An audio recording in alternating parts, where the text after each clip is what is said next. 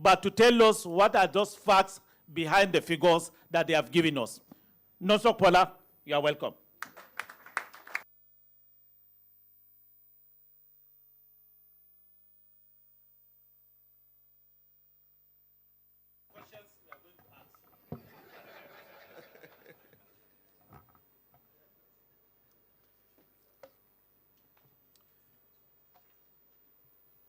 Thank you very much to everybody that has taken out time to come here today. I think it is a special day for me. It's also a special day for the company, VFD Group, and also for all those that have, in one way or the other, contributed to the success of today.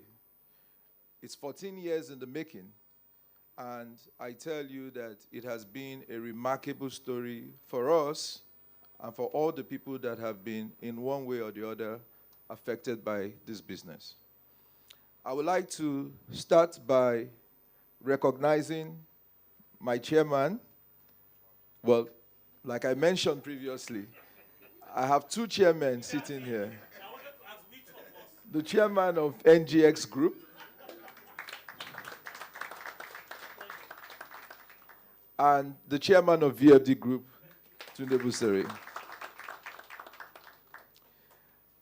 I don't see the GMD of NGX Group here, but I would like to mention Oscar Onyema as someone that requires recognition. The success of NGX as a company largely is as a result of him midwifing the demutualization process. So we stand on the benefits that he has provided. I would also like to recognize my co-directors, then again on the VFD side and on the NGX side. It's a delight to see the turnout today to support our process, and we do appreciate it. Thank you very much, Matthew. My host, the MD, Nigerian Exchange Limited, I think that, like I mentioned previously, we are very lucky to have a remarkable leader like Temi Popola. His sheer ability to execute puts him as a potential person in VFD. Because the manner in which Temi goes about getting things done is quite remarkable. So I'm happy to have the opportunity of being listed under your watch. I will recognize NGX Reg. I don't see Tinu around. But to a large extent, the work that they do, though not seen by the investing public, is quite critical to the success and the reliance that you have to place on listed companies. So I do recognize her and her entire team. I'll quickly say thank you also to all the CEOs of the group, be on the VFD side and on the NGX side. And then members of the exchange. I would particularly like to recognize also the stockbrokers. Thank you for all the support and the sacrifice that you've been making. If I have not mentioned you, please forgive me. It doesn't mean that your contribution is any less. The VFD story, like I mentioned, is quite a remarkable one. And I would like to capture it in 4 clear buckets. First is the fact that VFD was started with a seed capital of 2.5 million. It sounds a lot like a fairy tale, but that's the truth. And it was contributed by 35 shareholders, initial shareholders, and these are people that committed beyond their money. They committed their time, they committed their expertise, and they were from diverse walks of life, some from KPMG, PwC, Access Bank, and most of them are actually here, and we'll recognize them in due time. One thing we always wanted to do was to develop, regardless of the balance sheet that we have, develop a track record of success so that we can show people what we can do. Because for those that have joined on their first recruitment job, you will find out that every time they put out a vacancy, they will ask you for work experience. And so we knew that we would never start the process if we do not develop a track record. So we are committed on that. The second thing that was quite unique to us was the fact that we focused very early on governance. And part of the difficulty of putting 35 people behind an objective is that you need to have a process of governance that makes them comfortable, confident that you will take care of their interests. 14 years down, we have investment in 40 companies, and we have deployed about 150 billion in total investment. We think that we are uniquely positioned to become Africa's largest investment company, proprietary investment company.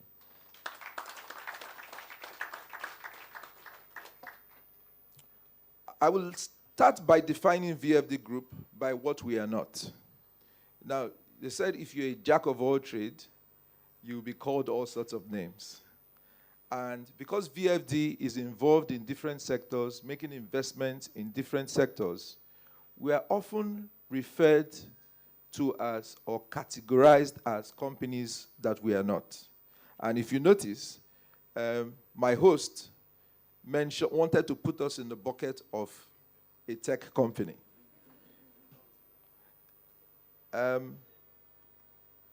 A lot of the conversations I've had with him are tech-related, so I can understand why he would think in that direction. And so with every other person that has categorized VFD differently. So I would say that we are not a venture firm because we do not have exit in focus. Yes, we do venture investments, especially in the early stage of VFD's group's history, but we are not a venture firm. We are not a private equity firm. Yes, we invest in mature companies, but we do not have exit in focus, and we are not investing on behalf of dormant partners. We're also not a conglomerate because we do not seek control of the companies that we invest in. We prefer a collaborative approach to investing. Neither are we an asset management company because we do not invest people's funds. We invest proprietary funds.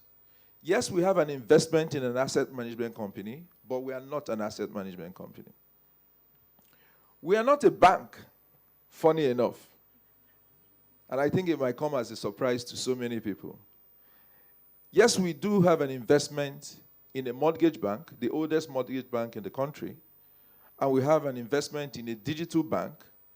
The MD is here, who has done fantastic work. But we are not a bank.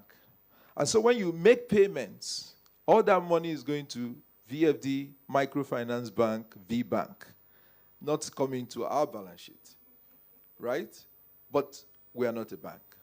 We're also not a bank holding company because most of the assets we have in our portfolio are not banks. And we're not regulated by the CBN as a bank holding company. The question then is, what are we? VFD is a proprietary investment company with a very diverse portfolio. We are particular about companies with broad-based shareholding, like I mentioned, and I'll do a bit more on it. We're also very particular about the collaborative effort on the level of the board to guiding the company in the right direction. We're a long-term investor. In fact, I would say that we invest in perpetuity.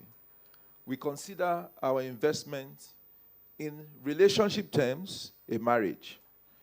And so, unlike venture capitalist firms or private equity firms, we do not seek to exit in 7 years or so.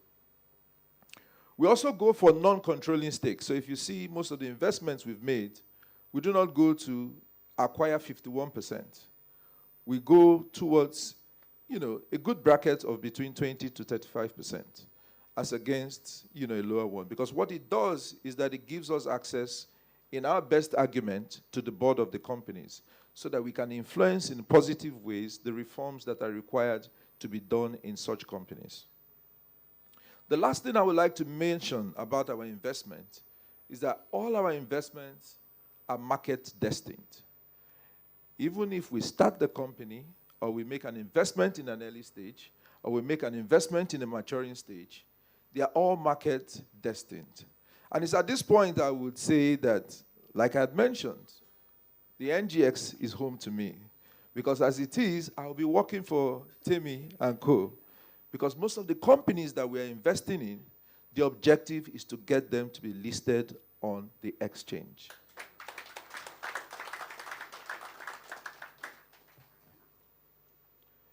In terms of vision and mission, is as clearly stated, to be a commercially viable proprietary investment company with global influence very important, and to build socially conscious ecosystem.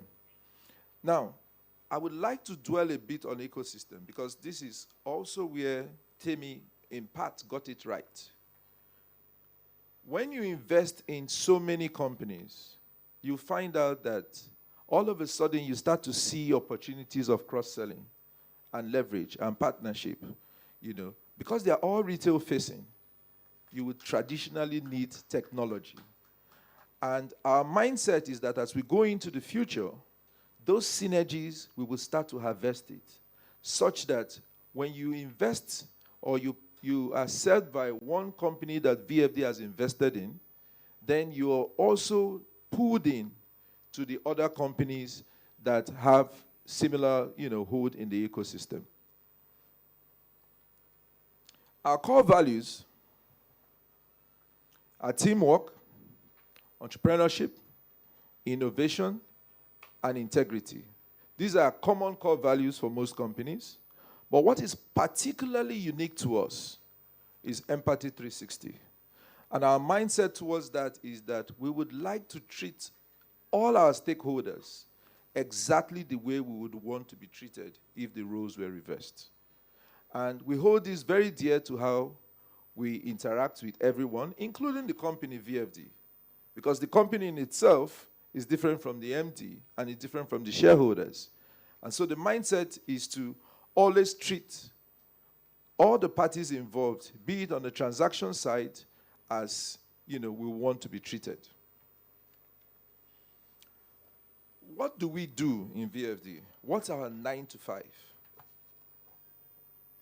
I would also like to capture that in 5 major buckets. The first one is our core activities. The second is our revenue sources. The third is our funding sources. The fourth is our strategic value and our critical enablers.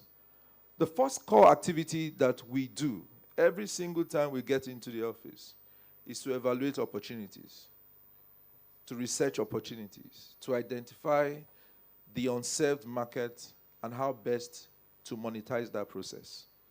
The second is when we make those investments based on very conscious negotiations, we have to manage those investments to profitability. And that's the second major activity that we do. The third is similar to what I had mentioned with respect to an ecosystem, is how do we optimize the investment synergies that exist in our portfolio. In terms of revenue, our sources of revenue includes dividend, includes treasury income, which could also be interest income, as well as divestment and synergy-related income, like I mentioned. How do we fund our operations? I think most times people are always wondering, this VFD always making investment, how do they even raise all the monies that they do invest? It's a combination of 3 things. The first is equity, which is money contributed by shareholders. The second is debt, which is support you get from your banks and other creditors. The third is co-investment. And co-investment, we have come to realize, is a veritable source, because what happens is that people start to trust our decisions in making investments. And when we make investments in a company, they also follow suit, and they follow the guidance that we provide with respect to how to push for the reforms of those companies. Strategic value, I think I will have to explain this a little bit more, particularly because I have stockbrokers here, and I would like them to be able to communicate the unique value that VFD Group holds. Now, if you look at our balance sheet, there are certain intrinsic values that you would never see, and it's captured in the maturation stage of the companies that we've invested in. When you make an initial investment in a company, it's like sowing a seed. If you come to the farm, you will not see crops sprawl out. When it starts growing, you see the plant in itself, but you don't see the fruits, right? And then you have to allow it to get to the point of harvesting where you actually see the fruit. And if you come into the farmyard and you see fruits, then you are excited. For VFD, in the last 14 years, there are so many companies, including the digital bank that we have, the asset management company that we have, the real estate and hospitality company that we have all set up, that is now uniquely being positioned for, like I mentioned, listing on the exchange. That easily would show and release the value of those companies and those investments on our balance sheet, and ultimately would avail money for forward investment and also distribution to shareholders. Critical enablers for us is governance, risk management, and investment relations. I think over the last 14 years, we have done something and we've been consistent in building out this business model. And I can say, with all sense of humility, that there's no company that has been so consistent to building out this set of skills within this business model like we've done in VFD. And that's why we regard ourselves the Berkshire Hathaway of Nigeria. Berkshire has investment in about 120 companies, most of them mature. We have investment in about 40 companies, 20 of them are close to maturity. And we think that if you cast us on the same trajectory, we will do very well, and we'll make a compelling case for investors, be it local and international investors. Now, it's one thing to say theoretically what you do and how good you are at it. But data don't lie, and the figures don't lie. Now, if you take a look at this is the trajectory of our growth. We started in 2009 with 2.5 million. Total assets, 3 million. Shareholders' fund, 2.5 million. Today, we're in excess of 150 in total assets and geared for more growth. We're about 32 billion in shareholders' fund and geared for more growth. The question is, what are the critical lessons that we've learned in the last 14 years on how to achieve this? Because it's important that you know exactly what you do. And it's on the back of that that you can trust our ability and trust us with your money, be it, loose investment amounts or pension fund type investments. Now, what we do is broken down into 4 categories, in our view, the key lessons of our last 14 years. The first is our investment process. I'll talk about it. The second is our discipline to execute. The third is our governance philosophy, and you will notice that every opportunity I mention governance, because I think that governance is that silver bullet that you need. The last is testament to the quality of people we have behind the objective that we've set for ourselves. And I will start with the investment process. Our investment process seeks out 3 major categories. The first is underperforming companies. In underperforming companies, where people see trouble, we see opportunity. Because we have the skill set of ensuring that we release the value that is locked in it. Because every company that has existed, 10 years, 5 years, 20 years, whatever it is, there's value that it holds. Assets, tangible or intangible. And the understanding on how to unlock that value is quite important to what we do. The second category is performing companies that for some strange reason are undervalued. And I'll also give you examples of how we have gone about some of them in the last years. The last is greenfield opportunities, like I mentioned. But regardless of the category of opportunity that it lies in, there are certain things that we hold true. First, we like to invest significantly such that we can build an argument for board representation. Because it's only through the board that we interact with our companies. The second is to advocate a significant commitment to governance. And like I mentioned, I will talk more about governance in the coming slides. The third is a commitment to strategy and to drive the board activities on the back of strategies and execution. Because it's only via strategy that you can communicate clearly to the shareholders, to the investors, what this company represents and what it seeks to achieve.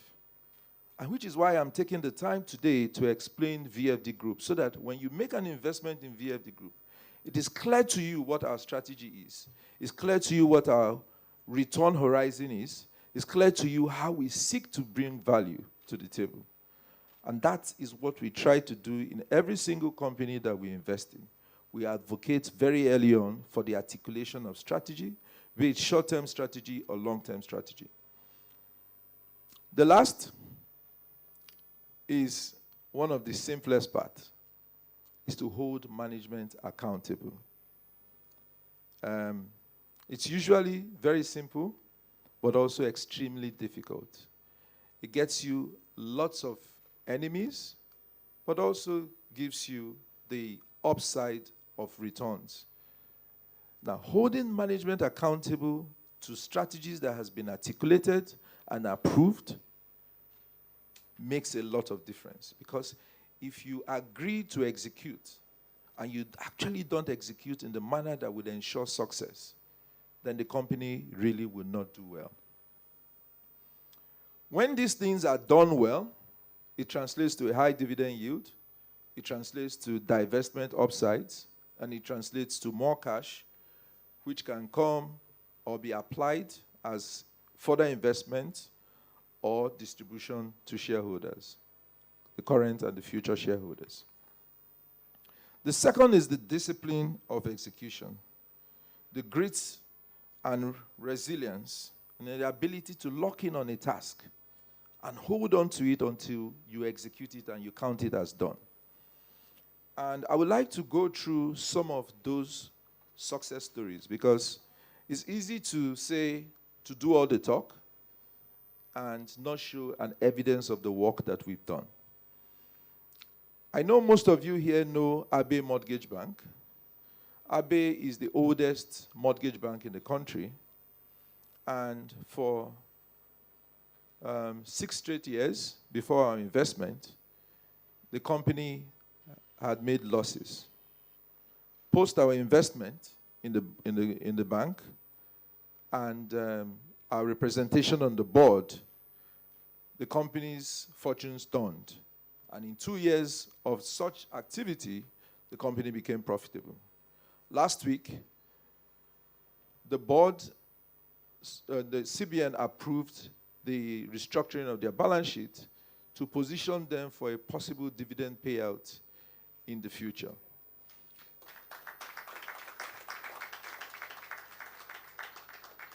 Joelle Okwechime is here, and she was very active in negotiating the transaction. Her mom is the founder and the pioneer MD of Abe Mortgage Bank.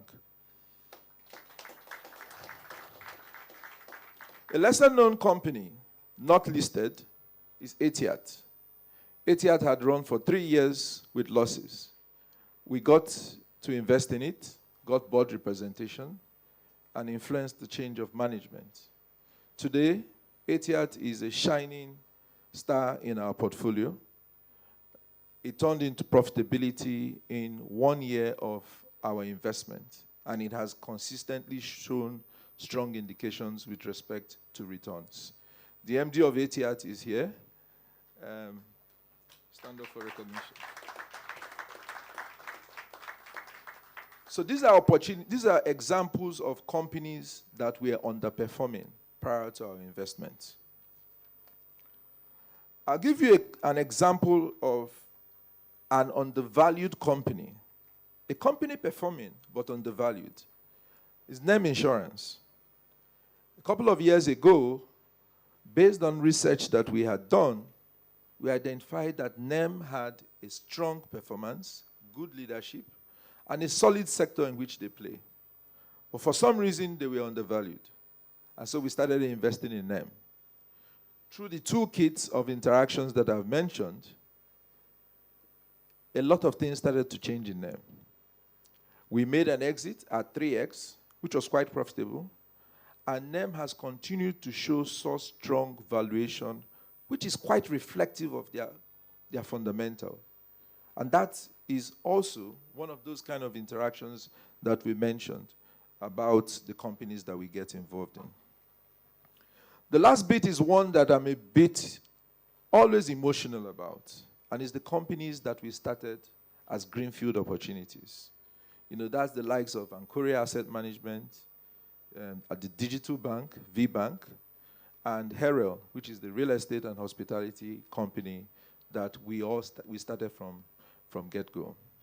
And those are the ones that I'm promising Temi that we will be supporting his process in ensuring that as all investments that we have, that they are market destined and they are home, and they will call the NGX home at some point in time.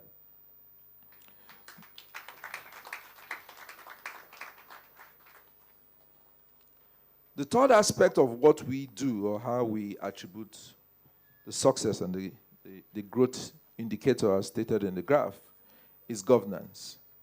And I know that it is always difficult to, from a theoretical perspective, relate governance in practical terms. And so, in our own effort, we tried to break it down to explain it to a layman. And there are 5 major components that we try to be evaluated on when we talk about governance. First is broad-based shareholding. And like you know, a sole proprietorship does not require significant level of governance. The reality is that you only need significant governance when there are a number of people that own a stake in the company. So we look out for companies with broad-based shareholdings. We can invest in a company that doesn't have it, but we quickly push that company towards broadening its shareholding. The second is that it's extremely important that every company that we are invested in opens its board to people that have significant stake in them. Because nobody will love a child more than its parents. And it's important that people that have put forward their capital to own a significant stake in the company be represented on the board. In VFD Group, if you hold a 10% stake in VFD, regardless of whether the MD likes you or not, or the board likes you or not, you would have an opportunity to make your case to either sit on our board or be represented on our board by someone that meets the qualification for such board representation. The third is protection of shareholders' interest, be it majority shareholder or minority, which is also a direct tie to Empathy 360. We treat the major shareholder as we would treat the minor shareholder, regardless of whether you have a board representation or not. And in that respect, we also seek to, in compliance with regulations, to get independent directors to sit on our board. I had mentioned strategy and accountability as part of our investment process. That is one of the key considerations for us when it comes to governance. The shareholders must understand where the company is going to. And that mandate is reflected in the activities of the board and reflected in the execution of the executive management. That for us, once it ties and there's an alignment between the owners of the firm and the executors of the mandate, then we pass it as a good indication of governance. The last, of course, is regulatory compliance, which from time to time is stipulated by regulators and other people that guide the market.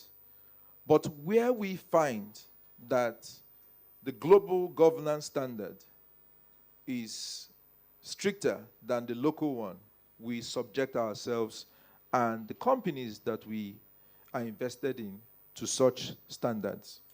And if you go on to the next, when we were applying, and I think the guys that helped us through the screening process of the due diligence to be listed on the exchange, when we applied, we were too short on independent directors. I would like to state to you, sir, that we are almost at the last phase of appointing those 2 independent directors that will get us in full compliance with the Business Facilitation Act. I'll quickly go to the quality of leaders, the leadership that we have. You see, the truth is, no matter how you articulate, no matter how you get a board representation, if you do not have the right people, it's extremely difficult to execute on the mandate. Our board is led by our chairman, Tunde Busari-san.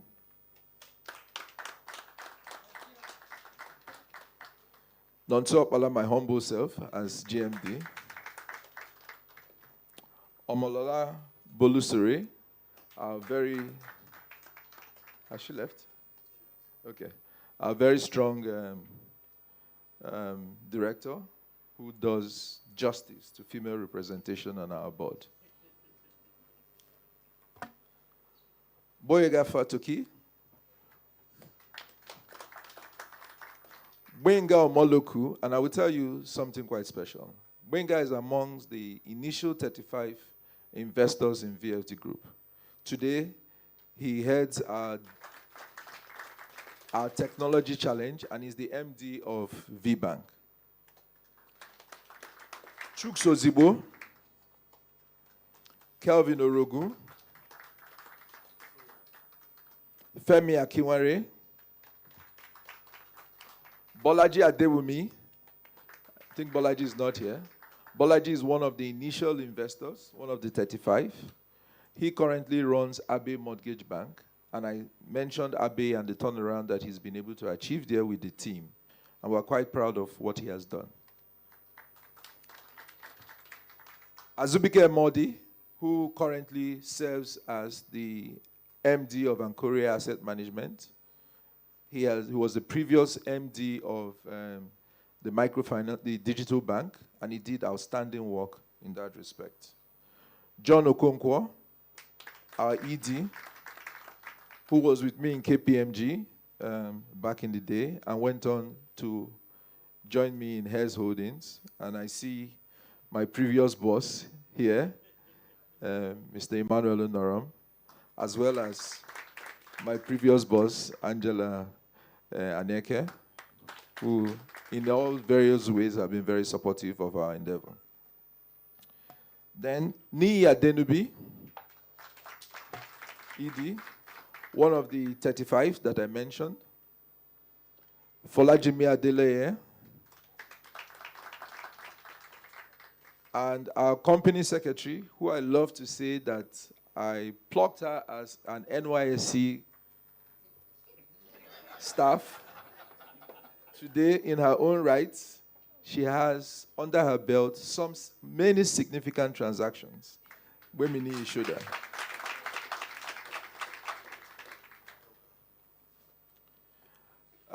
I think you can always see the list of companies that we've invested in, but I would like to go straight to the financial performance.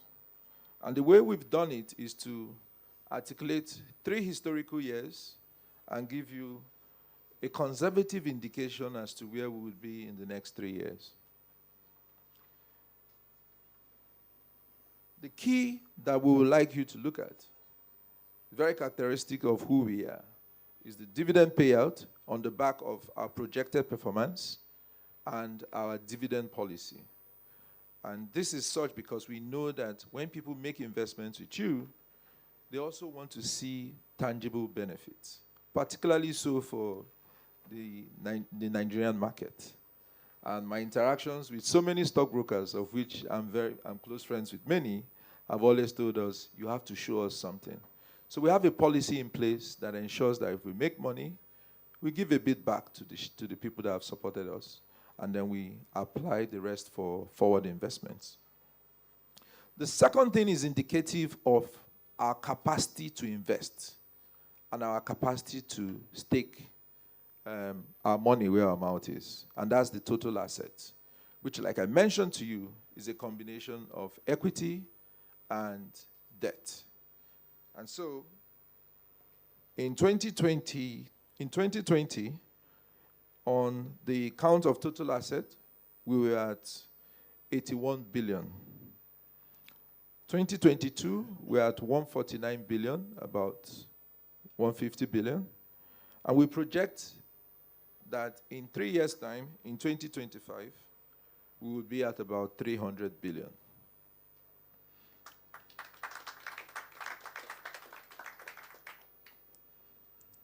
In conclusion,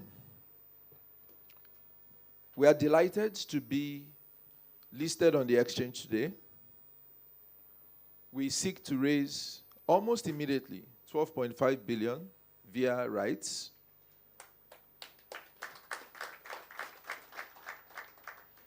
And yes, rights, but it's also indicative that there's time for you to make an investment and be eligible for the rights.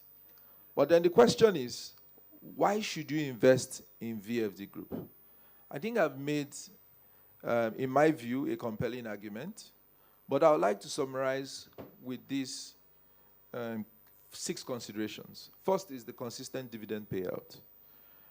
The second is a level of adherence to governance that should make you go to sleep at night feeling very comfortable that your investment is in the right hands and will be treated like you would treat it. The third is refinancing gain, and it's a bit technical. It's what we typically do is to invest, and sometimes we stretch our balance sheet.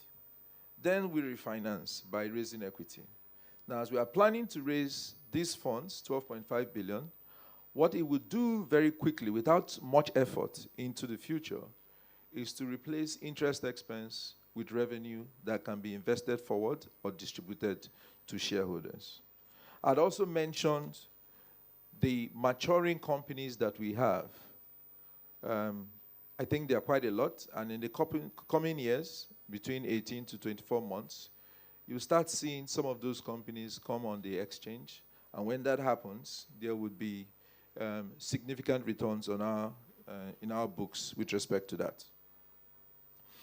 Strategic divestments, they are companies that we've invested in, fantastic companies, but because they do not align significantly with our ecosystem anymore, we will probably make a divestment, because there's always opportunity that we are chasing, and if we can release money in some places to invest in other places, then it's normal.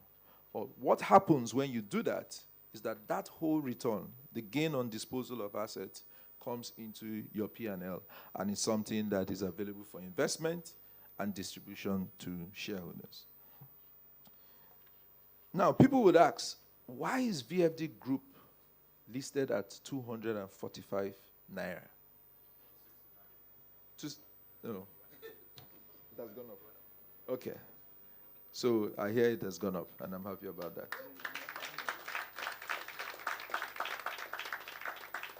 But like we say, we don't chase the hottest things. And we don't want to push our price so fast. We want the market to realize our value and gradually appreciate that value. But it is easier to explain it to stockbrokers and experienced investment personnel like you. The outstanding shares we have is 190 million shares, relative to a GT Bank or a Zenith or a UBA that have in excess of billions. So the valuation effect shows in on there. I know I don't need to explain it here, but they said if you ever have an opportunity to explain your company, you should always take it, and that's what I'm explaining. Before I call for questions, I would like to appreciate the guys that were around when we started this company. I think that I have the privilege of addressing today, but any one of them could have been here. And so I think it's important that I recognize them. Ni Adenubi,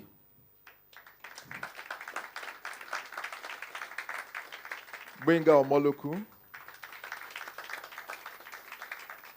Bolaji Adewumi, who is not here,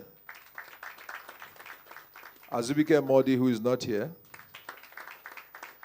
Tunde Aliyu, who most people don't know about, but he was very instrumental in encouraging and supporting this dream.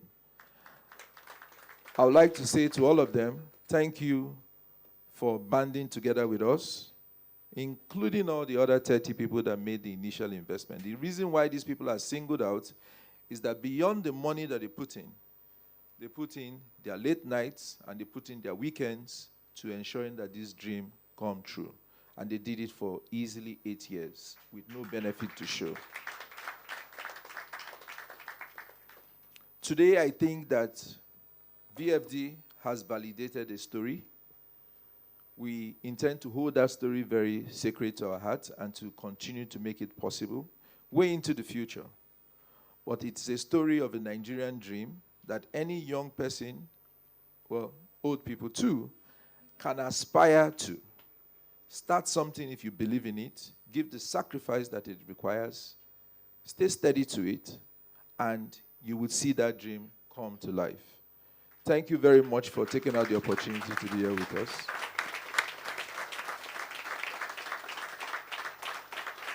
Before I call on questions, I would like to recognize my wife, Okunwa Opala.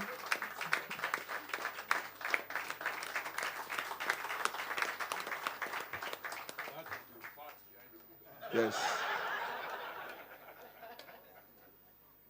Who has borne the brunt of the crazy Nonso Opala and has helped to support and keep me sane all through the period that she has been with me. So I think I would like to thank her.